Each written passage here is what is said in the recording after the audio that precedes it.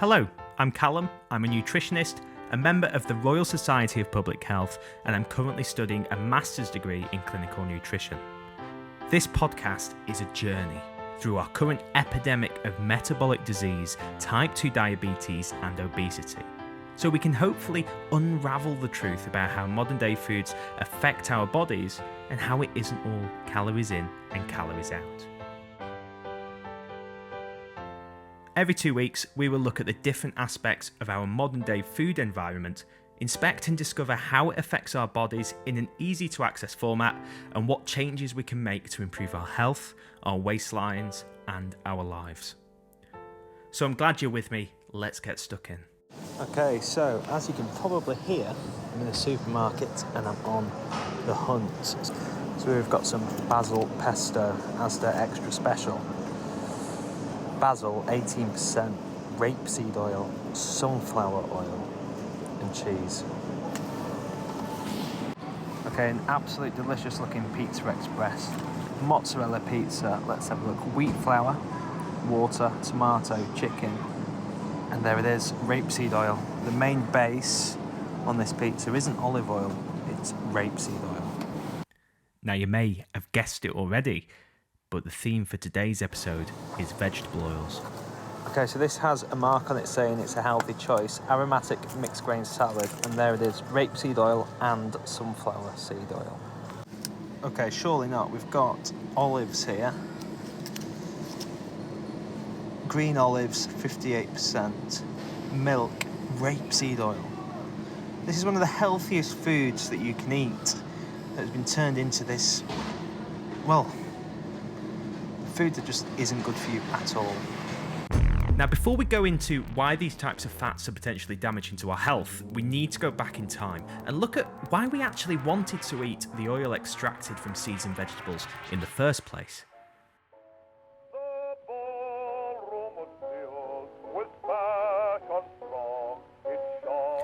It's the early 1900s. Hawaii has become a US territory. The first air conditioning unit is invented, and so is a new type of cooking fat.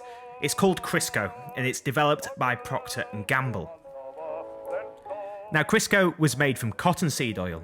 Cotton seeds were a byproduct from the cotton mills. The oil was extracted from the seeds and then partially hydrogenated. More on hydrogenation in a later episode. Now, this resulted in a synthetic fat that looked like lard. It was cheaper than lard, but it had never been consumed by humans. And was it safe to eat? Well, people ate it and didn't die instantly, so I guess that makes it edible. And what's more, cars could also run on these same oils. And that's probably because vegetable oils, including the ones we consume today, go through a similar process of refinement as deriving petrol from crude oil. So hello 20th century, and hello to oils that were once used for mummification, lubrication and fuel for lamps finding their way into our diet. All these groceries, Peggy. You married a struggling student. This is a Crisco advert from the 1970s. We're saving. Fried chicken tonight. Okay, here's the oil. Crisco shortening usually costs less than oil. That much. More. Crisco fries more chicken per dollar than the 3 leading oils, with a 3-pound can, usually a platter more. Hey, it's like frying a meal free. Right. Now, Crisco and other vegetable oils saw massive success and rise in popularity during the 1970s and the 1980s. One, they were cheap. People wanted cheap food. And two very important historical events happened during this time. It was the war on dietary fat and the rise of ultra-processed food. So I don't remember this.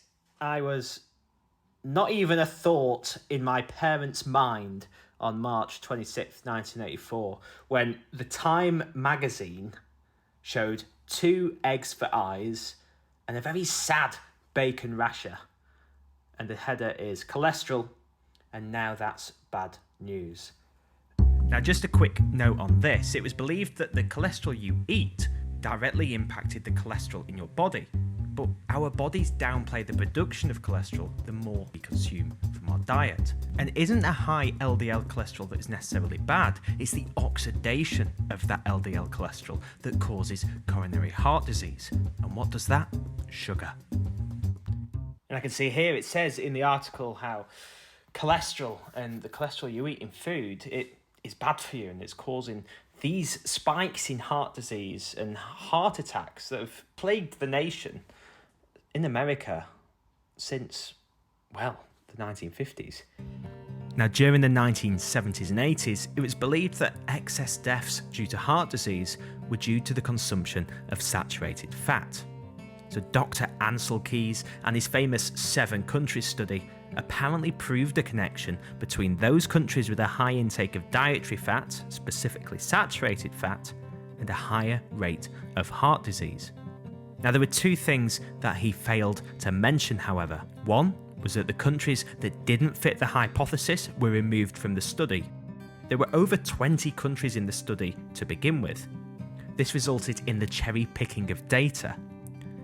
And also that the countries that remained in the study and had the highest incidence of heart disease, they also consumed the most sugar. But that didn't seem to matter, and the US government created dietary guidelines on reducing fat and the amount of saturated fat we consume in an effort to lower heart attacks and heart disease. And what was recommended to replace these saturated fats? None other than vegetable oils that were now seen as the healthy option.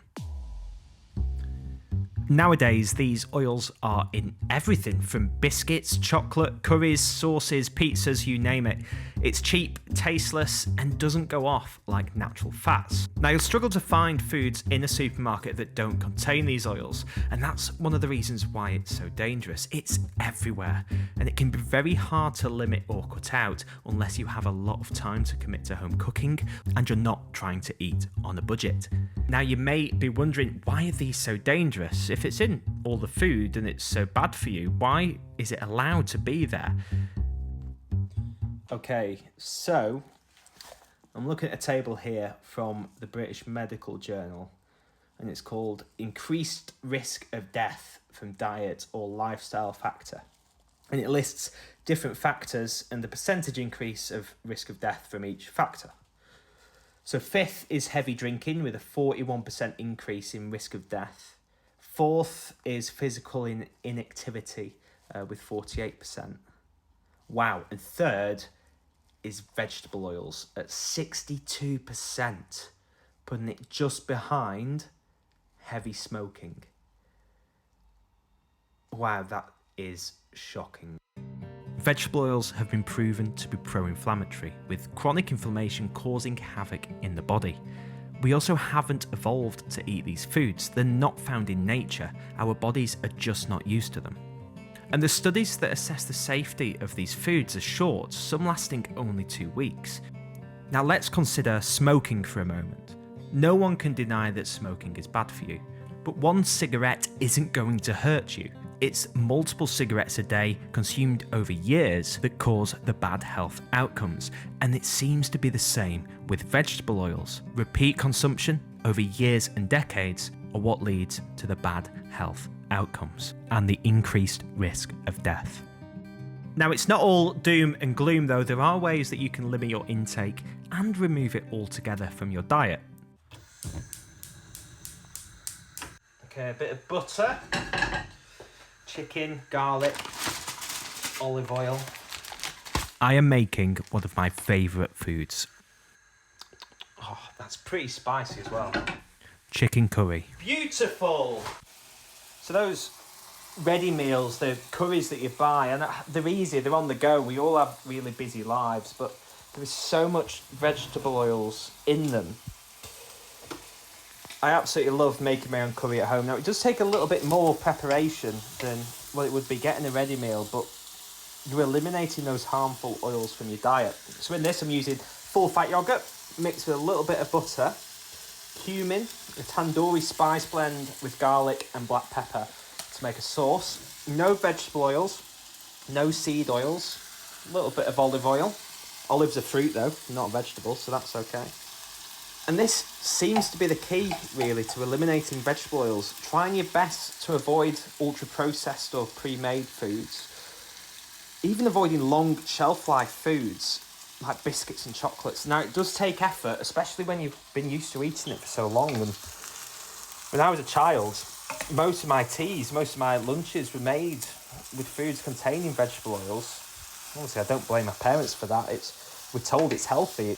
But some quick fixes that can be made are replacing your margarine for butter, ditching cooking with vegetable oil, and instead use ghee or avocado oil. Make your own cakes and biscuits in an air fryer. Reading the back of food labels, looking out for rapeseed oil, sunflower seed oil, canola oil, and preparing as much food from scratch as possible. Try and focus on eating real food.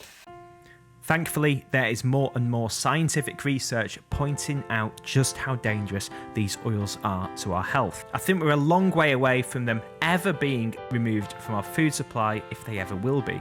But hopefully this has given you a bit more information to make a more informed choice about what you put in your body. I really hope you've enjoyed this podcast, and I hope you've learned something as well. If you're interested in learning more about processed food, visit me on Instagram, Callum Clarke Nutrition. Please subscribe. See you next time.